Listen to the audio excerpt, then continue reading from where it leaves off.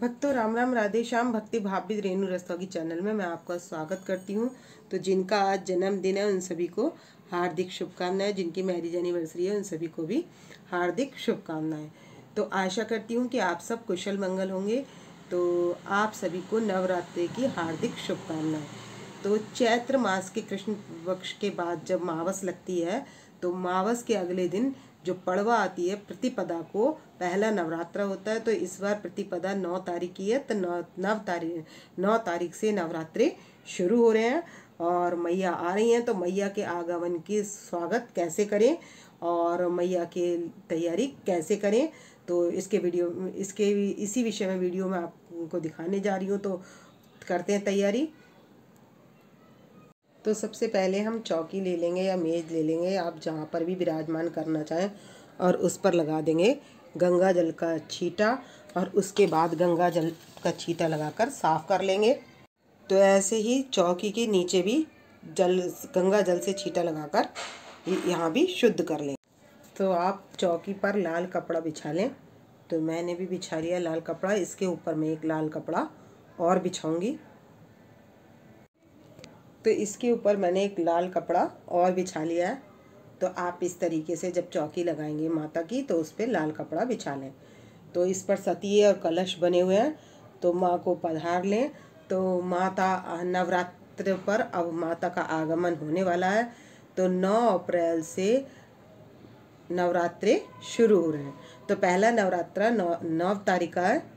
तो हम पहले मैया को, तो सबसे पहले हम माता को पधार लेंगे। ने मैया को पधार लिया है तो आप भी लाल चोला पहनाकर मैया को पधार लें। तो 9 तारीख को जो शुभ मुहूर्त है वो है सुबह 6:15 बजे से लेकर 10:30 बजे तक। तो ये बना रही हूँ मैं अष्टदल। और 12 बजे से लेकर है अभिजीत मुहूर्त 12:30 बजे तक। तो आप जिस समय भी तैयारी करें तो तैयारी पहले कर लें और घट की स्थापना शुभ मुहूर्त में कर लें।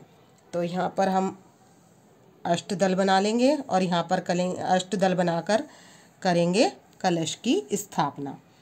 तो ये अष्टदल बना लिया है हमने और इस पर कलश की, आप कलश तांबे का भी ले सकते हैं और पीतल का भी ले सकते हैं। अशोक की पत्ती भी ले सकते हैं और आम की पत्ती भी ले सकते हैं। मैंने 7 पत्तियाँ ले ली हैं। इस पर लगाऊंगी रोली चंदन।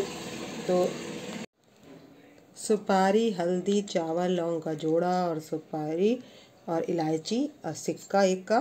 तो ये हम सब डाल देंगे कलश में। और कलश का भी हमने पूजन कर, इसने जो कलश है इसके ऊपर भी हमने 8 बिंदी लगा लेनी है।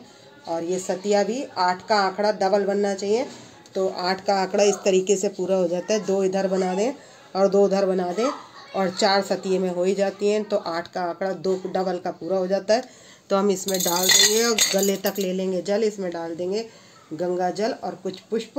और इसके ऊपर हम ये जो कोई भी प्लेट रखेंगे मिट्टी की तो उस पर भी हम इससे रोली से और चंदन से लोट, जैसे हमने कलश में किया है ऐसे ही कर लेंगे। तो इसके बाद हम इसमें भी चावल, इसके ऊपर हम चावल रख लेंगे। तो मैं पहले अशोक के पत्ते लगाती हूँ, जल डालकर अशोक के पत्ते लगाकर और इसमें चावल डालकर रखते हैं।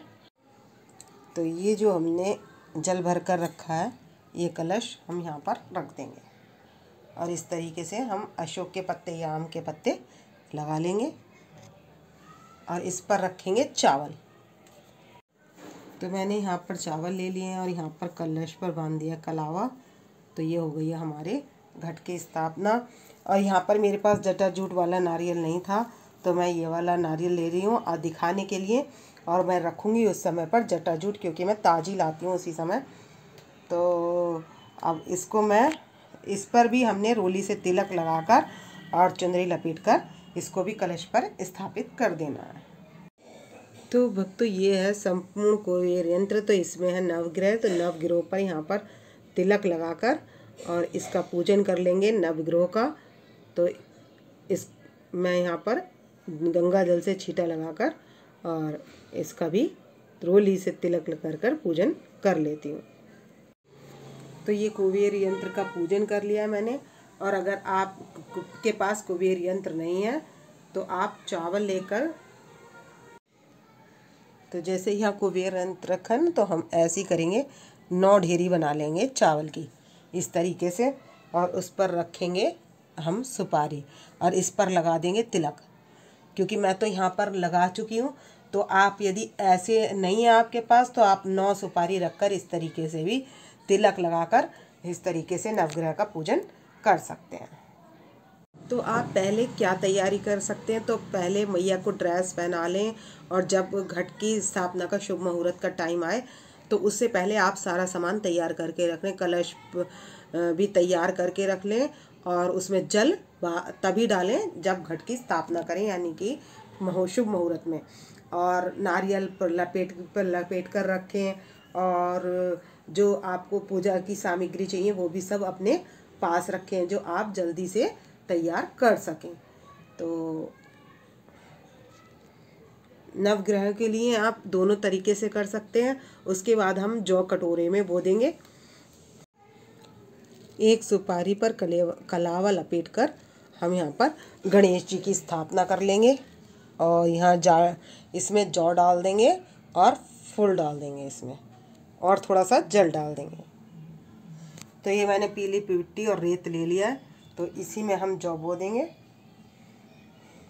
और ये गणेश जी के पास दुर्वा रख देंगे। तो इसमें डाल देंगे, हम पानी डाल दिया है, और डाल देंगे जौ, और इसमें रख देंगे पुष्प।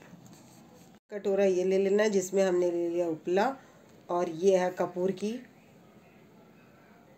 मतलब मोमबत्ती, तो ये ले लिए। तो हम इसको इससे जलाएंगे हम जोत, और माता को मैंने पहना दी है फूल माला, और एक अखंड जोत जला लेंगे। तो आपने जिसमें जो बोए उसमें भी तिलक लगा लेना है, और जिसमें हम ग्यारी करेंगे मतलब जिसमें हम जोत जलाएंगे उस पर भी हमने रोली से तिलक लगा लेना है। और सबसे पहले हमने ये तैयारी करने के बाद तो हमने कर लेनी है जोत जला लेनी है, और इस तरीके से एक आरती की जोत की थाली भी हमें तैयार कर लेनी है।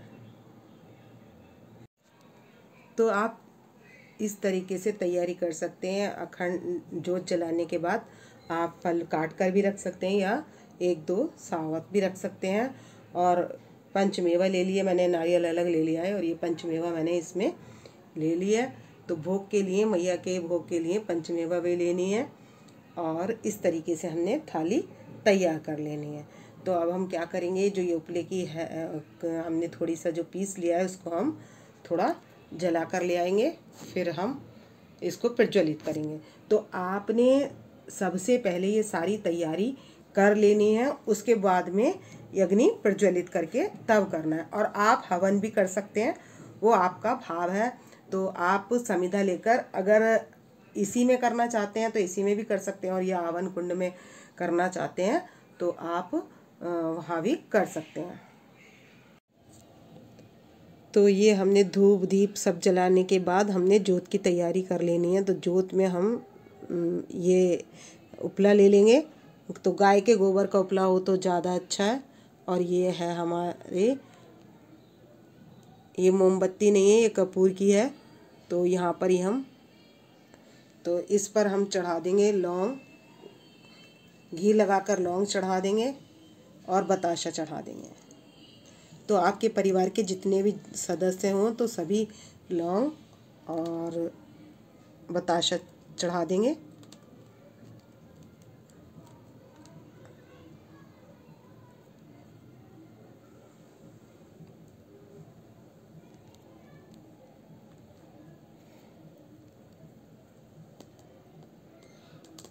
तो आपके सभी परिवार के सभी जनों ने ये चढ़ाना है। तो जितने मेंबर होंगे वो सब चढ़ा देंगे, और उसके बाद कर लेंगे आरती। और इसमें थोड़ी थोड़ी देर बाद मतलब 2-2 4-4 मिनट बाद हम घी भी डाल देंगे। तो हम आरती करने से पहले यहाँ पर डाल देंगे घी, और उसके बाद कर लेंगे आरती। तो यहाँ पर मैं पूरी आरती तो नहीं करूँगी, तो घंटी बजा कर लेंगे आरती। तो देख सकते हैं कितनी अच्छी तरीके से ये प्रज्वलित हो गई है अग्नि। और कपूर लगाने की ज़रूरत नहीं होती और इसकी सुगंध भी बहुत अच्छी होती है। तो घंटी बजाकर कर लेंगे आरती। अम्बे तू है जगदम्बे काली, जय दुर्गे खापर वाली, तेरे ही गुणे गाए भारती ओ मैया हम सब उतारे तेरी आरती। नहीं मांगते और दौलत ना चांदी ना सोना मैया, ना चांदी ना सोना, हम तो मांगे माँ घर में एक छोटा सा कोना।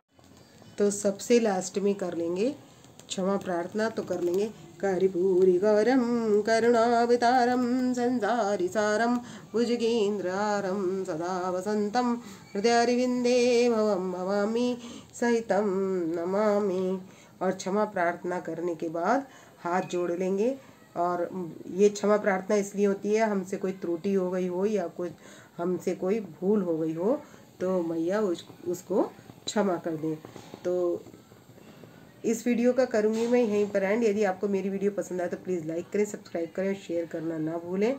और कमेंट्स में जय माता दी करके हाजिरी लगा सकते हैं।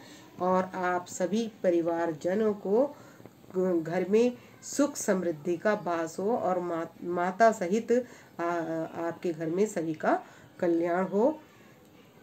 तो मिलते हैं नेक्स्ट वीडियो में। भक्तों राम राम, राधे श्याम।